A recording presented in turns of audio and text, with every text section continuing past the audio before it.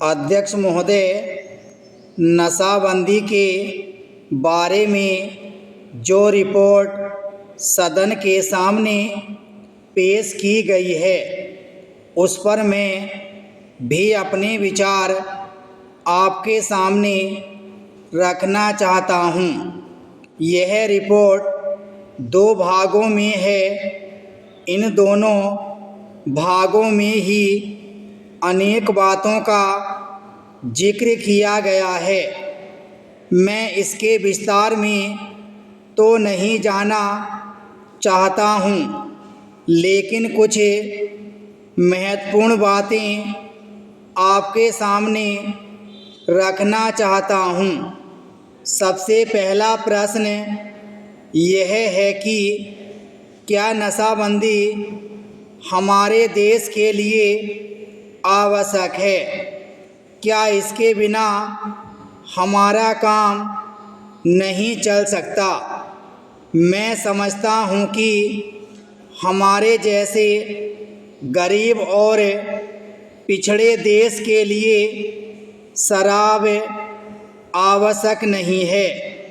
शराब एक ऐसी चीज़ है जिससे आदमी के दिमाग का संतुलन बिगड़ जाता है। इसीलिए हमारे देश के नेताओं ने नशाबंदी करने के बारे में सोचा।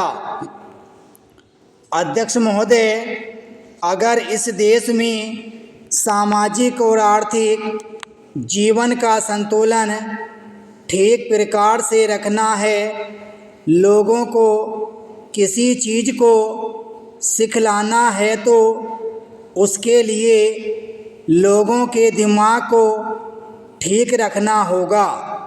शराब लोगों के दिमाग को खराब कर देती है, इसलिए नशाबंदी होना बहुत ज़रूरी है। नशाबंदी का प्रचार आज़ादी के पहले और बाद में भी किया गया था।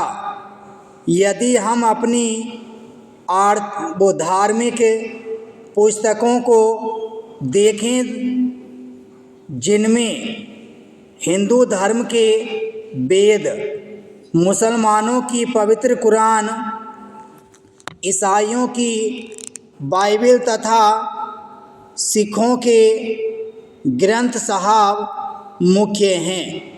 इनमें से किसी पुस्तक में भी यह नहीं कहा गया है कि आदमी शराब पिए। प्रत्येक धर्म में भी सभी स्थानों पर इसका खंडन किया गया है। सभी महापुरुषों ने इस बात का खंडन किया है और कहा है कि नशा आदमी के लिए कोई अच्छी चीज़ नहीं है और इसीलिए इसका उपयोग नहीं करना चाहिए। मैं आपका तथा इस सदन का ध्यान दिलाना चाहता हूँ कि जहाँ जहाँ भी इसमें ढील दी गई या जहाँ नशाबंदी नहीं है, वहाँ हालत पहले से खराब ही हुई है। पैराचीन। शराब से कई प्रकार की हानियाँ होती हैं।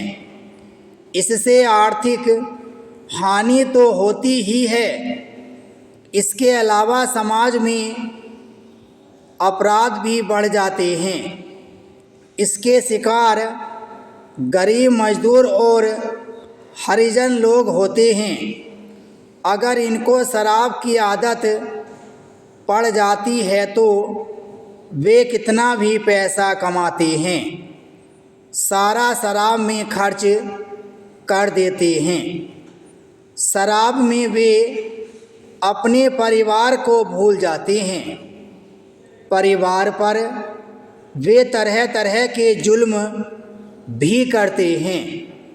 अध्यक्ष महोदय, इस संबंध में मेरा विनम्र निवेदन है कि सरकार को ही नशाबंदी लागू करना चाहिए जिससे समाज में जुल्म न बढ़े।